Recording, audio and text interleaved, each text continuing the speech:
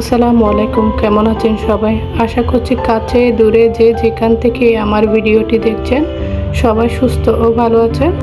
আমি আসমাস লাইফস্টাইলে সবাইকে স্বাগতম জানিয়ে আজকের ভিডিওটি শুরু করছি রেডিমেড নাস্তা দিয়ে। সকালবেলা সুস্থ নয় হিসেবে ওর বাবা প্রতিদিন এখন বাইরে থেকে এই নাস্তা নিয়ে আসতেছে। এই কয়েকদিন নিয়মিত ভিডিও দিতে পারিনি। আমার লক্ষ্মী আপু এবং ভাইয়ারা আমাকে ভুলে যাবেন না। এই তো আমি নাস্তার পরে সুন্দরভাবে পুরো ঘরটা গুছিয়ে নিব। এই মাটির হাঁড়িগুলা ওর বাবা আমার জন্য চা নিয়ে আসছিল গত রমজানে। আমি এগুলাকে রং করে সুন্দর করে ওয়ার্ড্রোবের উপরে রেখেছি, দেখতেছি না খুব ভালো লাগতেছে।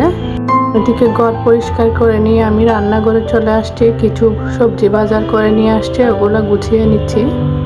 শীতকালীন সবজিগুলো না দেখতে যেমন তরতাজা লাগে তেমনি খেতেও ভালো লাগে।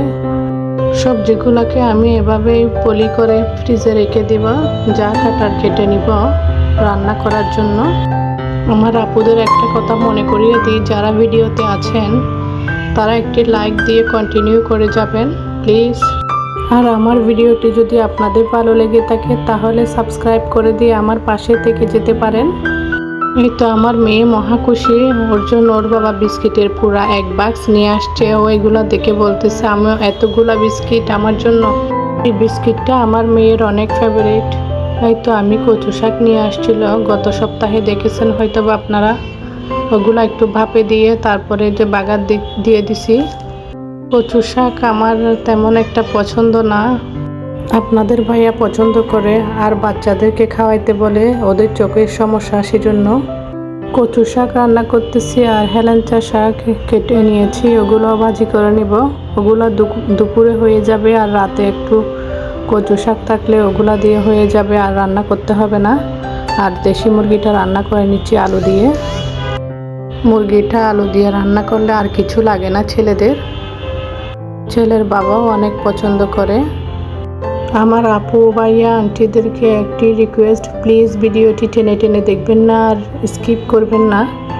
প্রতিটা ঘরে ঘরে শোনা যাচ্ছে শুধু বাচ্চারা অসুস্থ, বাচ্চার মায়ের অসুস্থ। সবার জন্য দোয়া করি সুস্থ ও ভালো থাকার জন্য, আল্লাহ যাতে সবাইকে সুস্থতা দান করে। এই তো রান্না বান্না শেষ করে নিয়েছি, মুরগিটা একটু পাতলা করে এভাবে জোল করে রেখেছি। এখন তো রান্না শেষ করে দুপুরের খাবারটা খেয়ে বিকেল হয়ে যায়, আজানটা দিয়ে দিলে মনে হয় একটু চা খাই। একটু চা বানিয়ে নিয়েছি, ছেলেকে বলছি সিঙ্গারা নিয়ে আসতে, নিচে থেকে মকে করে নিয়েছি একটু বেশি করে।